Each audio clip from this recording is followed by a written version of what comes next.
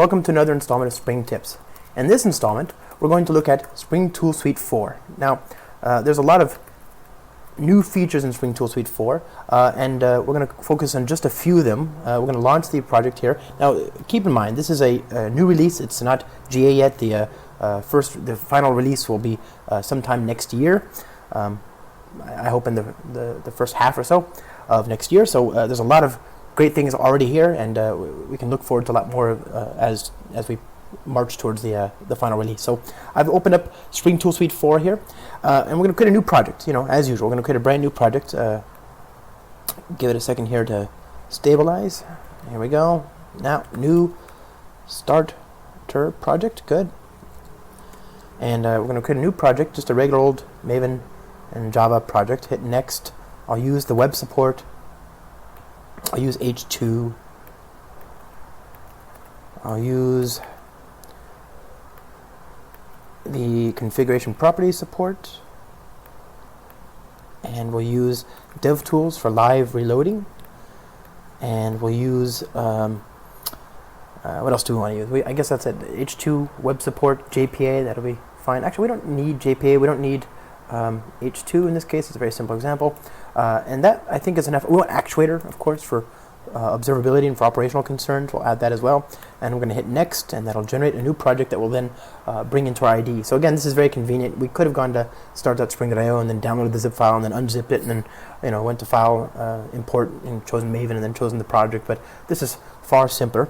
And the result is we have a project in our IDE. And this is, again, this is not necessarily a new feature inside of a Spring Tool Suite 4. It's just very convenient to have all this stuff here. And what we're going to do is we're going to create a simple application with a simple REST endpoint. So class greetings REST controller, and the REST controller will have a single endpoint, get mapping hi, string hi, and we'll return hello. Right. So here's our @REST controller, and we'll import the right types. Make sure that's all here. Hit good. All right. And we're going to run this. And this is, again, this will launch the application in the IDE, and it'll contribute it to our Spring Boot dashboard. This is also another one of my all-time favorite features of the Spring tooling here for Eclipse and for any IDE in general is this Spring Boot dashboard. This dashboard gives me a single at-a-glance view of all the things that are all the applications I'm working with, or whether they're in the same multi-module Maven build or not. I can see them all here. This will even show me it'll let me install or run Spring Cloud services like the Eureka Service Registry, the config server, Zipkin, etc. I can just click on this button and get those available, and I can launch them if I need to. So it makes it very simple to simulate a working sort of microservices environment in my local machine. So we've got the application, we've got it running, and you notice that the first thing that happens when you run the application is that the annotations for the application itself become highlighted. Right, you can see there's a little Spring Boot badge in the gutter there, and the components that are in play for the application are augmented with this extra information that you can see when you hover over the annotation. So this REST controller annotation is highlighted. That means that the controller is in play. We can see that. We can confirm as much by looking at the properties here in the Spring Boot dashboard. And you'll notice that we've got a lot of information here. We've got the request mappings endpoint. This shows me, for example, the endpoint that I contributed.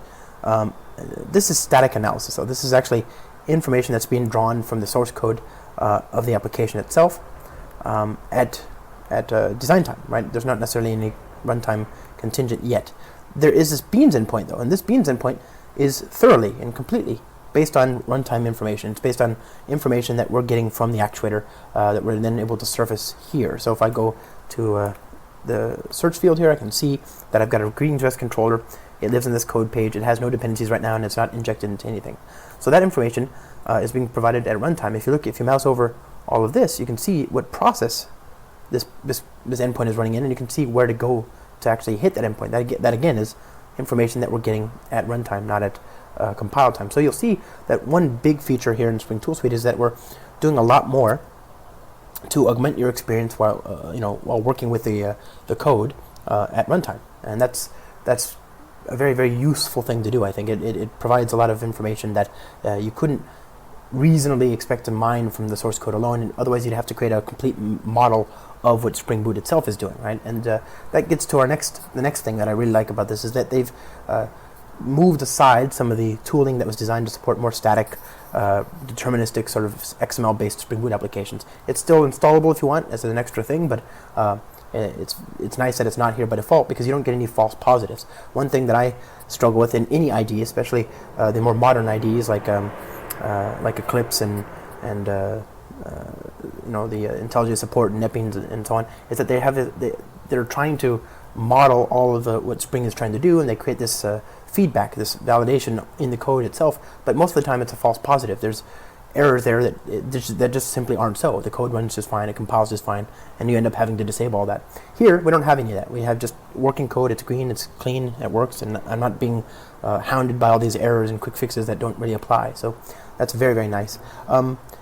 We have now a very simple application. Let's see if we can go further. Well, first of all, I can use Control-6. This is the navigation for symbols in the current code page, and that shows me also. I can navigate. You know, I can see that I have the high endpoint. I can go to that.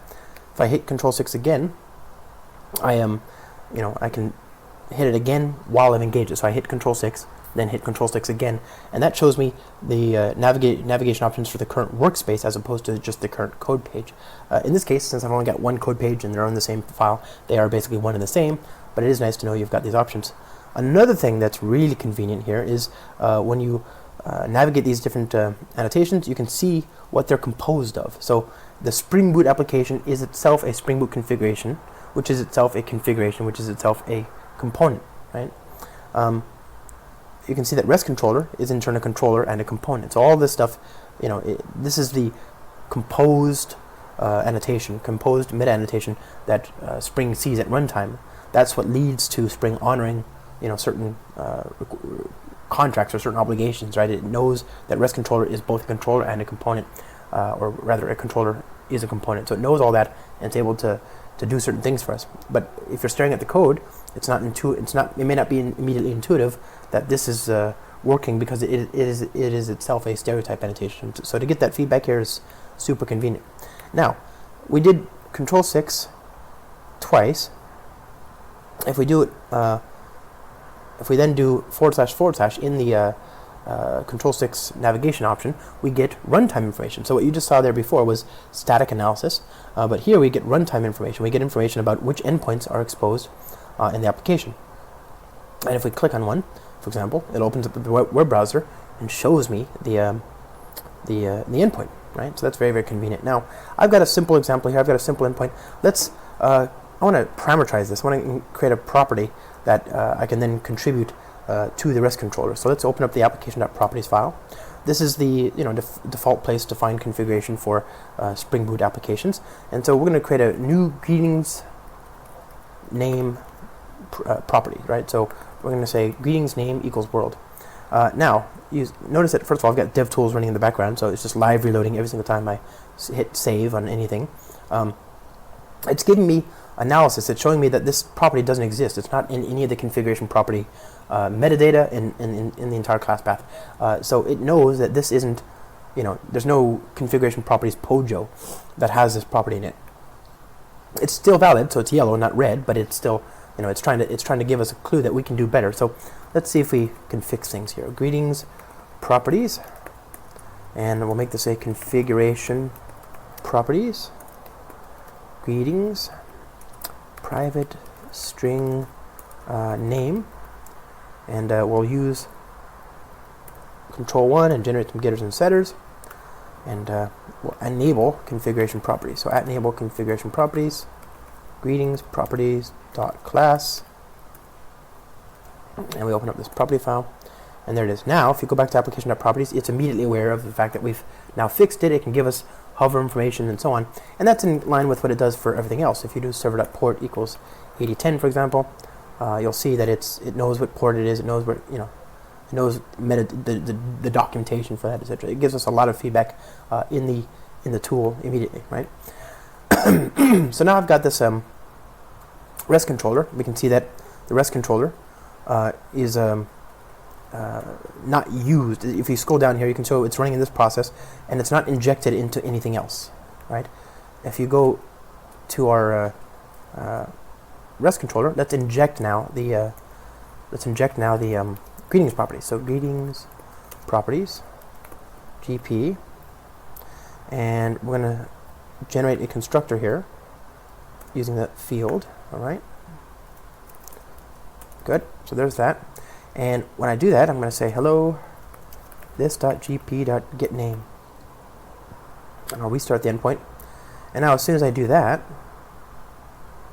I can see the application itself, the bean itself, injects, I can see that this is based on runtime information, of course. I can see that that bean injects the greetings properties here in this hover. Again, that's runtime information, sort of seamlessly blended with static analysis and so on, feedback that we're getting here, and it's augmented. So you still got a useful result if you don't have this code running. It's not wrong, but when you run the application, it can give you so much more information, including, for example, which beans are related to which. So this is a different view, I think, of the information that we would have gotten here in the properties view, right? So request mappings, beans, general. Now, one thing that can be daunting for Spring Boot, new Spring Boot users is figuring out which objects apply or which objects are in play at runtime. So, as you may know, in Spring Boot, you can conditionally create or contribute objects to the object graph using the conditional annotations and any other annotations that are meta annotated with conditional. So let's make this bean, this greetings properties object, or rather, let's make this REST controller conditional.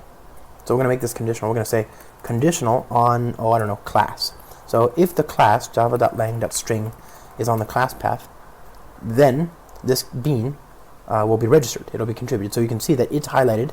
When the application restarted, it's highlighted. The bean is obviously there because the class java.lang.string exists. And it shows us the results of that condition. So we know that this bean is running in the process ID 14015. We can see that it's called this and so on. Everything is as we expect.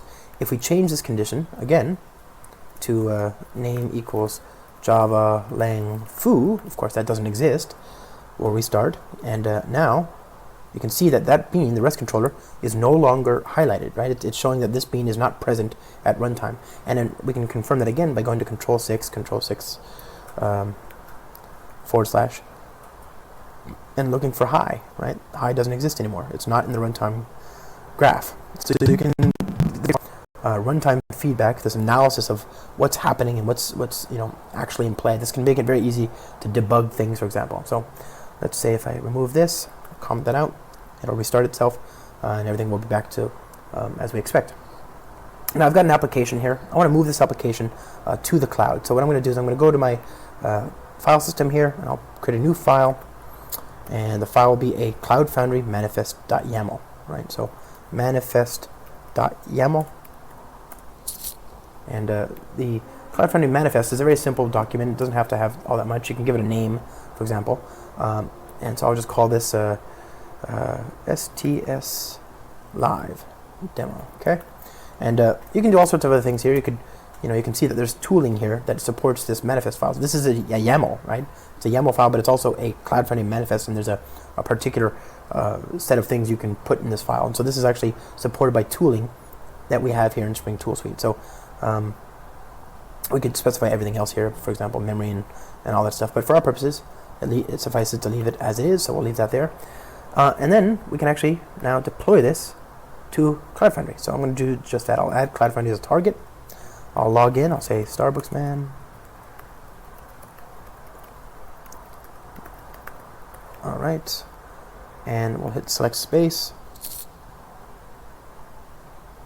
It's going to ask me to select an organization and a space. I'll choose platform ENG. Josh Long. Hit finish. Finish again. And that's going to take a few seconds here to connect to the platform, interact with it, authenticate, do all that kind of stuff. You can see it's trying to fetch all the app instances. There we are. So we have a whole bunch of services and applications that are available to us, and we can now deploy our application. So I'll delete this existing one. Goodbye. Right, so I can do anything I would do from the command line. I can do it from here as well. And what I want to do is I want to take this demo and I'll just deploy it. Just drag and drop. And it'll prompt me to say, do you want to deploy this application using the manifest file that you've just created and it's detected? We'll give it a demo here, a name, and it'll have everything it needs to be able to sort of hydrate that definition and expand it into an application and so on. It'll be able to do everything it needs to run that application correctly. So it's going to look at the application, it's going to push it, the platform is going to see the incoming artifact, it's going to understand that it's a Java application, a jar, it's going to create a file system that has everything needed to run that application, including a JDK, or rather a JRE. If we were using Tomcat, it would have, if we had deployed a .war, it would have downloaded a Apache Tomcat, latest and greatest install of that, and then run that for us, for example. So it's going to do all that stuff for us seamlessly behind the scenes. We get to see all that reflected here in the console, right? So again, we've managed to source or originate a new project, edit it, get lots of feedback while we're developing it and editing it live in the IDE without ever having to leave. We could open up the endpoints and so on. We could make changes to it. We could then package it up for a platform like Cloud Foundry, get smart feedback there, and then seamlessly, all within the tooling, deploy it to the platform, right? So this is a very nice experience, right? This gives you the ability to move quickly from concept all the way to customer, which is at the end of the day what we want. And you, at every step of the way, we've gotten help. Now, in a more production sort of example, obviously I'd have a continuous integration pipeline, and so there is new support for Concourse. Concourse CI is the pivotal sort of post converged infrastructure, post regular CI kind of a tool. It's a tool designed to handle the continuous integration and distribution and deployment of distributed systems, not just individual monolithic applications. And there's a YAML config file for that as well. And there's tooling for that as well. So it's a very natural thing to then say, I want to deploy this to Concourse. So there we go. There's our application. It's up and running. We can see that here, right? We have all this information that we have about the application. We can open it up in the web browser here. There's our application running live on Cloud Foundry. I'll hit hi, and it says hello world, right? So we've managed to deploy an application, make changes to it. We can see the logs for the application, all within the IDE. Now this is just, this is all very useful in of itself. It's a faster, more svelte, more efficient Spring Tool Suite experience. You get a lot more useful information as opposed to noise. The signal to noise here is much better, much more in our favor.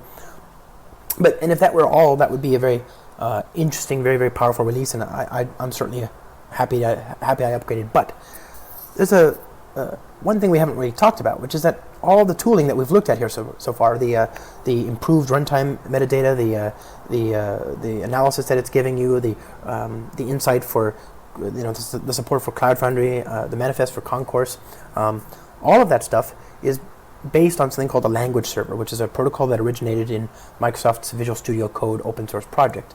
The language servers are just a protocol. It's a separate process that runs adjacent to the tool, the IDE, and that analyzes code for you. And there's an interaction between the IDE and the language server. That interaction is IDE-agnostic.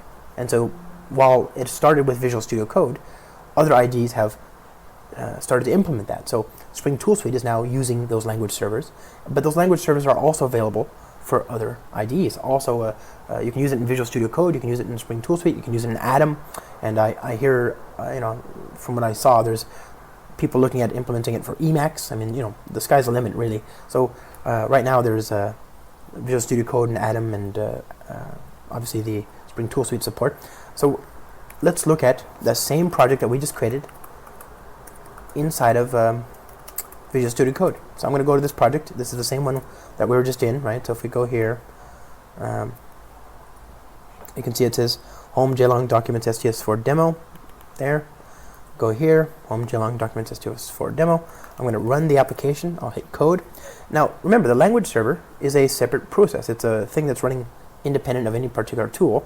And so if I open up this code, because it's running inside of a Spring Tool Suite, you can see that after a second, it gets the same runtime metadata, right? I can see all the information that I could see inside of a Spring Tool Suite here when I mouse over these different hovers, right? So if I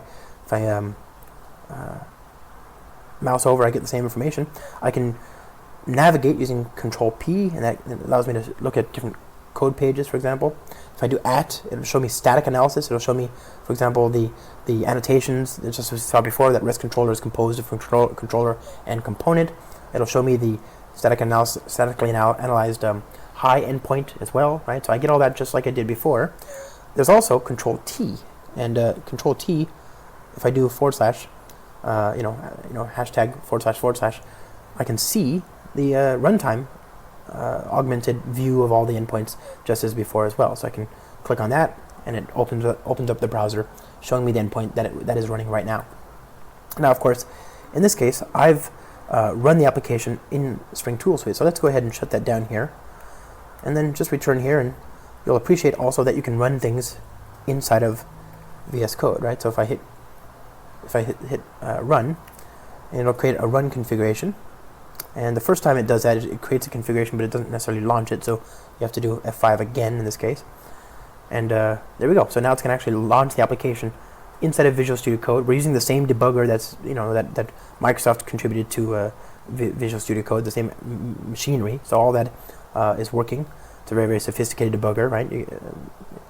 I'm not sure it's quite as far along as the one inside of Eclipse, but very, very, very useful, very functional sort of support. Now, one thing to keep in mind here is that the sum total of everything that you're using here in Visual Studio Code is, it's very much an open source collaboration, right? The launcher / debugger for Visual Studio Code was contributed by Microsoft. The Java language tooling itself by Red Hat. The Spring Boot and support and for Cloud Foundry, for Concourse, for Bosch, which is separate, and for Spring Boot itself. All that is from Pivotal. So there's a lot of stuff coming together here seamlessly in a language. In a tooling agnostic way, and that's actually one of my really favorite features of Visual Studio Code here is that I've got pretty good Java support here. I'm not quite sure if it's as far along as something like Spring Tool Suite, but I do have also very compelling support for .NET, for example, right? So if you're in an enterprise where you have to deal with both, this is a nice option. I can get a competent .NET editor IDE here. I can do TypeScript, for example, which is a language that Microsoft originated. A lot of things I can do here, all within one tool, one IDE, and it's just the same tooling, same machinery, same keystrokes, and so on. So we get a lot, right? We get a lot from the fact that this is now available in other tools. The Spring Tools page, the Spring.io tools page has been updated, the blog rather has been updated just today to document the release of all this stuff, the new features. So if you want to see more and you want to learn how to install it, from the different marketplaces and so on, there's instructions here, and we encourage you to try the bits out, kick the tires, and feedback. We're always happy to have more input. And with that, thanks so much for watching, and we'll see you next time.